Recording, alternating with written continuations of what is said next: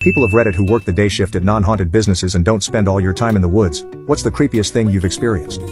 1. Every few months in a department with over 20 women, we'd all come in nearly identical outfits.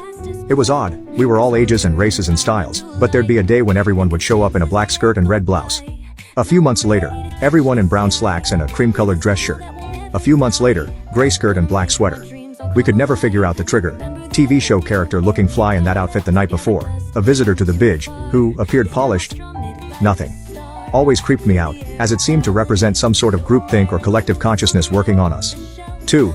I am a teacher of adult students, and one student of mine is kind of intense and creepy. Actually, she's based at another school, but specifically started attending classes at my school after meeting me. When I first started, she kept giving me welcome presents as I was new to the country. Just simple things like food, postcards and books, which was a nice idea but it seemed a little excessive. She added me on social media and then got upset when I didn't reply to her constantly.